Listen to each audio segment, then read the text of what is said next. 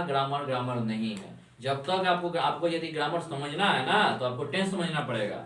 यदि टेंस समझ में नहीं आ रहा है या टेंस आप नहीं समझे हैं तो ग्रामर आपको समझ में नहीं आने वाला है बाबू। शुरुआत जो होता है ना, जब आप बेसिक नॉलेज स्टार्ट करते हैं क्लास 2 से, ठीक है, उस टाइम भी जो है आपको टेंस का शुरुआत वहीं से हो जाता है। ये अलग बात है कि उसमें बताया नहीं जाता, हाँ शुरुआत हो गया, बट शुरुआत हो जाती है। ओके, ठीक है, तो इसको नोट डाउन कीजिए। क्या हुआ, देखिए इसको नोट डाउन कर लिए। अब समझिए कुछ चीजों को। प्रेजेंट टेंस, ये सिंपल प्रेजेंट टेंस का प्रयोग कहाँ पे होता है? सिंपल प्रेजेंट टेंस आप पढ़ रहे हैं, समझ कुछ ना कुछ समझ भी लिए। एक्चुअली इसका प्रयोग होता कहाँ पे ये समझिए। सबसे पहले जो है इस टेंस का प्रयोग आपको आदत या स्वभाव जनित कार्य हैबिचुअल एक्शन जो होते हैं उसके लिए होता है। ठीक है, अब हैबिचुअल एक्शंस क्या होते हैं? जो आपकी आदत है, जैसे कि किसी की आदत है सुबह सुबह टहलना, ठीक है, किसी का जैसे कुछ सूर्य पूरब में ही उगता है, ये एक जो है नेसेसरी है कि पूरब में ही उगेगा, दूसरा तो उगेगा नहीं दूसरी जगह, क्या हैबिचुअल एक्शंस है। ठीक है, ये सारे इन जगहों पर जो है सिंपल प्रेजेंट टेंस का प्रयोग होता है। इसमें मैं कुछ यहाँ पर आपको एग्जांपल्स में बता देता हूँ।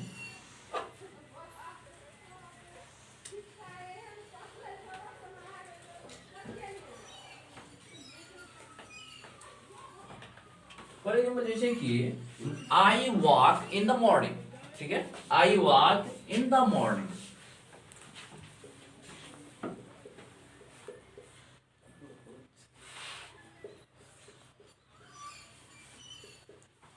ओके, अब क्या मैं सुबह में टहलता हूँ, कब टहलता हूँ? सुबह में। तो ये क्या है बाबू? ये एक आदत है। क्या है? आदत है, यानी स्वभाव है। आदत या स्वभाव जो बोलिए, ठीक है, इसका स्वभाव है, आदत है कि सुबह में वो टहलेगा ही टहलेगा। ठीक है, दूसरा चीज, जैसे दूसरा example, the sun rises in the east, यानी कि क्या, सूरज जो है वो कहाँ उगता है भाई? सूरज जो है वो कहाँ उगता है? पूरब में उगता है। ये भी उसका स्वभाव है। ठीक है, एक एग्जांपल, मिल्क इज स्वीट, दूध क्या होता है? मीठा। दूध मीठा होता है। मिल्क इज स्वीट, दूध मीठा होता है। कभी ऐसा होगा दूध खट्टा हो जाएगा, और दूध खट्टा होगा दही बन जाएगा। ठीक है, तो दूध क्या होता है? मीठा होता है। ये क्या है? ये एक आदत है या स्वभाव है। किसका स्वभाव है? दूध का। ठीक है, ये किसका स्वभाव है? दूध का, कि ये खट्टा होता है। उसी तरह दूसरा जो है इसका टेंस का प्रयोग क्या होता है कि अस्थाई या सामान्य कार्य, व्यापार, संबंध या अधिकार, ठीक है, या निहित गुण इत्यादि का बोध कराने के लिए भी इसका यूज होता है। जैसे कि 2 and 2 is 4, 2 and 2 is क्या होता है? 4 होता है। ये तो जानी हुई बात है, लेकिन ये अब ये बोध क्या कर रहा है, यानी ये अस्थाई है, चेंज तो नहीं होगा। क्या अभी कैसा मतलब ऐसा होगा कि अभी 2 में 2 ऐड करने पर 4 हो रहा है, हो सकता है आज से 10 साल बाद 5 होने लगे भाई, ऐसा कुछ है? नहीं, ये एक अस्थाई काम है। क्या है? अस्थाई है, जो चेंज नहीं होगा। ठीक है, दूसरा मान लीजिए, शी इज माई ब्रदर या शी इज माई मदर। ठीक है, शी इज माय मदर, यहाँ पर आप देख रहे हैं शी इज माय मदर, वह मेरी माँ है। ठीक है, तो वह मेरी माँ जो है, क्या माँ चेंज होगी? ना। ये क्या है? अस्थाई है। एक तो अस्थाई का भी बात हो रहा है, दूसरा क्या है? संबंध को दर्शा रहा है। किसको दर्शा रहा है? संबंध को दर्शा रहा है। नेक्स्ट जैसे I have a car, I have a car. ठीक है, क्या मुझे एक कार है, मेरे पास एक कार है, और कार जो यहाँ पर किस चीज का बोध करवा रहा है आपको? अधिकार का बोध करवा रहा है। कार किसकी है? आपकी है ना? ठीक है, नहीं आपकी कार है, आपका उस पर अधिकार है। अब आपकी कार है, आपको मान लीजिए कोई मांगने आया तो आपका मन होगा दीजिएगा, नहीं मन होगा नहीं दीजिएगा, क्योंकि आपका अधिकार है। यदि दूसरे का अधिकार होता तो उठा के लेकर चला जाता ना, लेकिन नहीं, वो लेकर नहीं जा रहा, यानी आपकी अपनी कार है, ये अधिकार हो रहा है यहाँ पर। ठीक है, और जैसे कि नेक्स्ट एक और एग्जांपल लिख लीजिए, the rose is beautiful, the rose is beautiful. ठीक है, रोज, ठीक, तो रोज यानी गुलाब जो है वो क्या होता है? सुंदर होता है।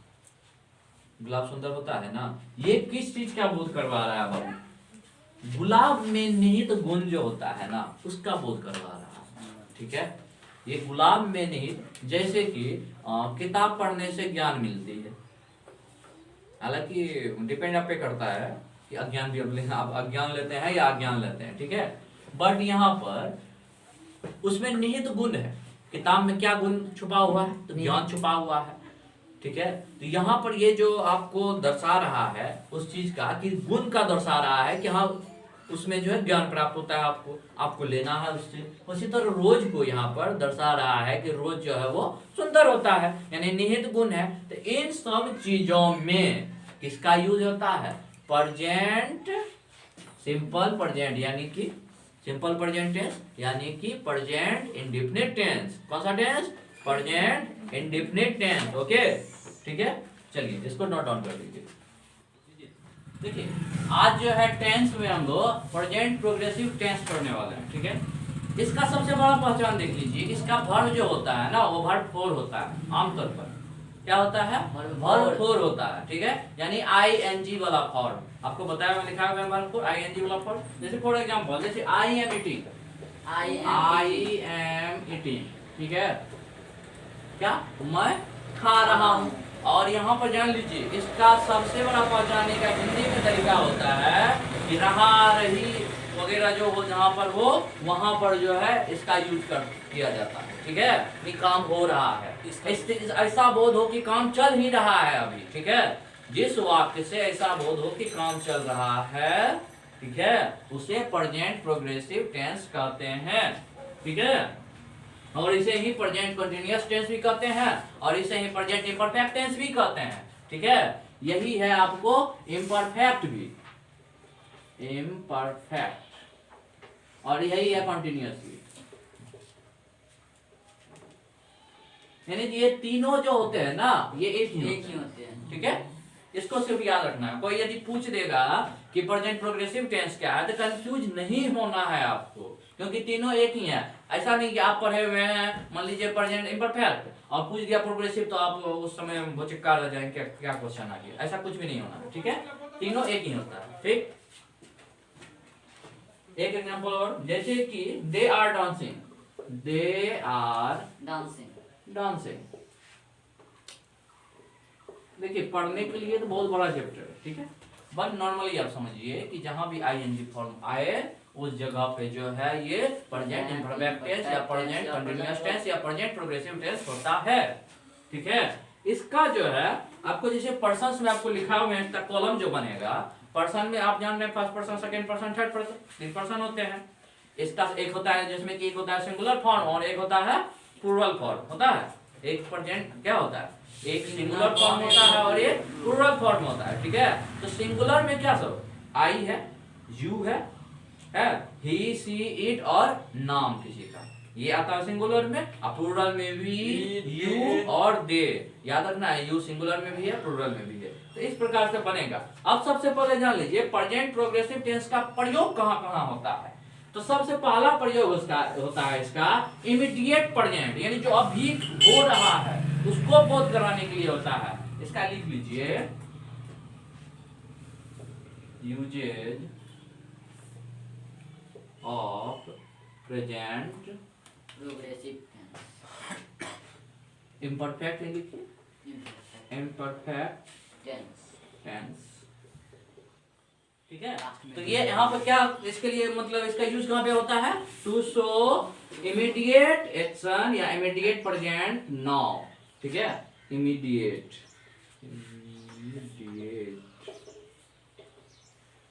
प्रेजेंट, इमीडिएट प्रेजेंट या नाउ भी कह सकते हैं आप, जिससे कि बोध हो कि काम अभी हो रहा है। किस चीज का बोध हो? काम अभी हो रहा है। कब हो रहा है? अभी हो रहा है। जैसे कि he is playing in the room, he is playing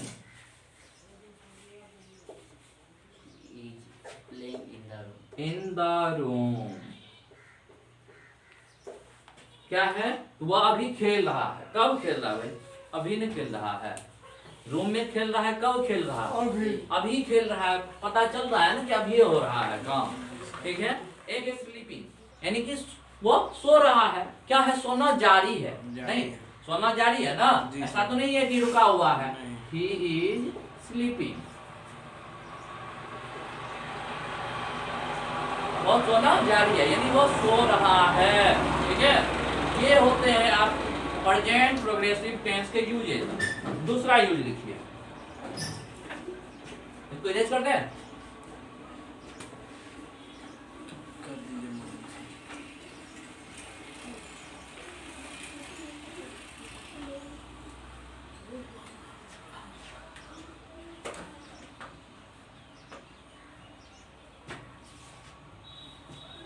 दूसरा यूज है इसका, काम के होने या चालू रहने का बोध कराने में, जो अभी तत्काल नहीं हो रहा, जो काम हो नहीं रहा है, यानी इसी अर्थात बोलते समय नहीं हो रहा है, परंतु अभी समय के आसपास या इन दिनों हो रहा है, ठीक है, उस सब के लिए भी होता है। जैसे कि he is reading mathematics details, he is reading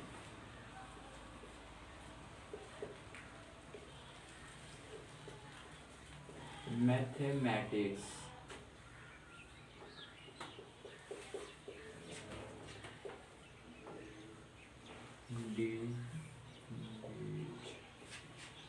वो क्या कर रहा है?